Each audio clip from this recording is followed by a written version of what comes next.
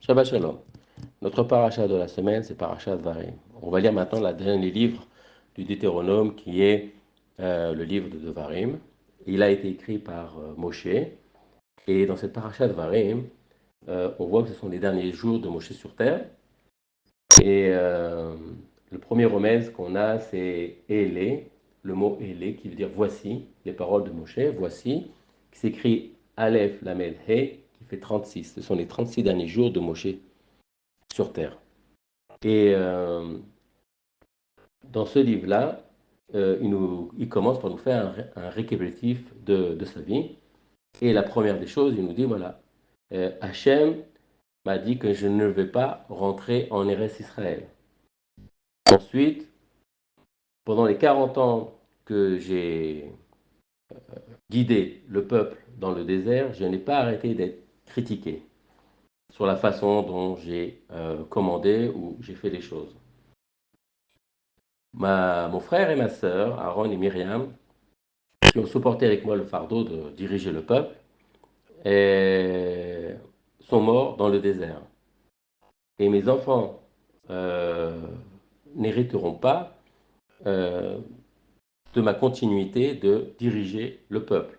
Comme un roi donne à ses enfants le droit de royauté et d'être roi à sa place, mes enfants n'auront pas le droit de diriger le peuple, ce sera quelqu'un d'autre qui va diriger le peuple. Que fait Moshe dans ce cas-là? Il aurait pu être défaitiste et, se retirer et penser à ne rien faire. Non, là maintenant, il va nous donner euh, un livre de Devarim, ses leçons de morale, ses leçons euh, de, de qualité en tant que dirigeant pour le futur d'Israël.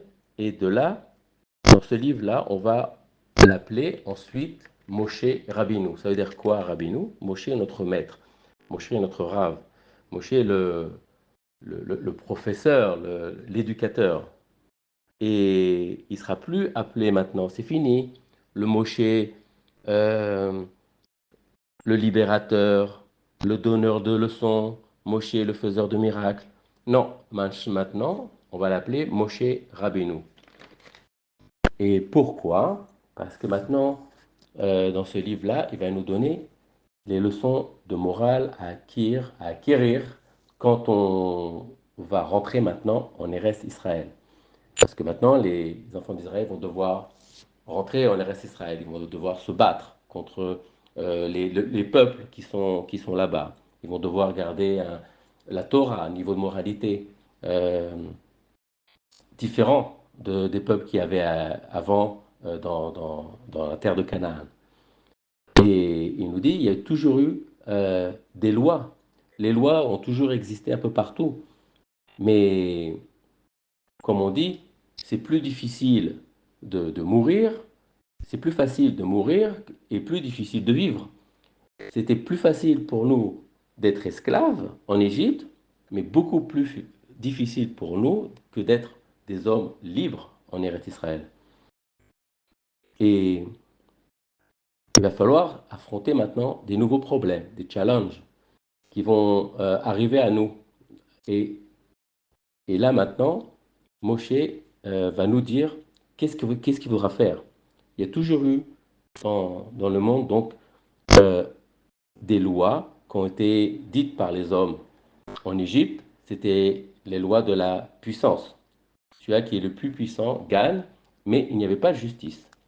Ou dans les nations, il y avait des lois, mais qui servaient d'ordre social, pour pas qu'il y ait de l'anarchie partout. C'est une certaine rigueur que les gens devaient adopter dans chaque pays. Mais pour les Juifs, c'est différent. Là, nous, on a reçu les lois directement d'Hachem. C'est Dieu qui nous a donné toutes ces lois et comment se comporter en Eretz Israël. Et c'est vrai qu'on va devoir se battre. Il va falloir gagner des victoires pour remporter Eretz Israël. Et on en a vu des victoires. On s'est battu contre Sinhon et Hog. Et on les a battus, ces géants. Il y a eu des victoires avec Yiftar et Samson contre les Plishtim. Mais là, on nous parle d'ordre de victoire, d'ordre moral, d'ordre spirituel. Et, euh, et quand on se bat et qu'on gagne des victoires au niveau spirituel et moral, c'est là où on devient le Moshe Rabbeinu. C'est là où on grandit parce que ce sont des victoires qui restent éternelles. À partir du moment où on ne fait plus la même faute, ou qu'on a augmenté notre moralité et au lieu d'augmenter notre matérialité, et que notre morale s'est élevée par rapport aux autres hommes dans le monde, c'est là où on gagne. Et on voit dans ce texte, les premiers mots, il est écrit et les Devarim, Asher Diber Moshe. Et ce que ça veut dire, voici les paroles que Moshe adressa.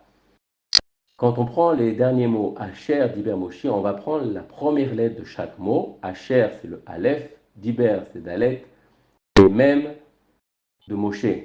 Aleph, Dalet, même, ça nous donne le mot Adam. Adam, c'est l'homme.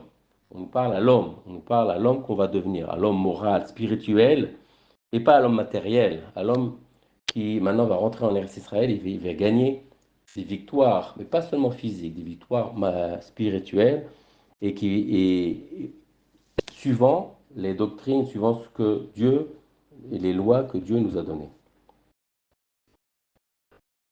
On veut dire quelques mots juste sur Tisha B'Av.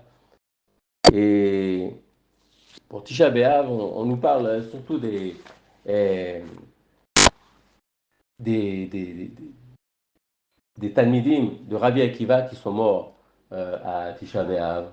Et ils sont morts parce qu'il n'y avait pas de respect les uns des autres.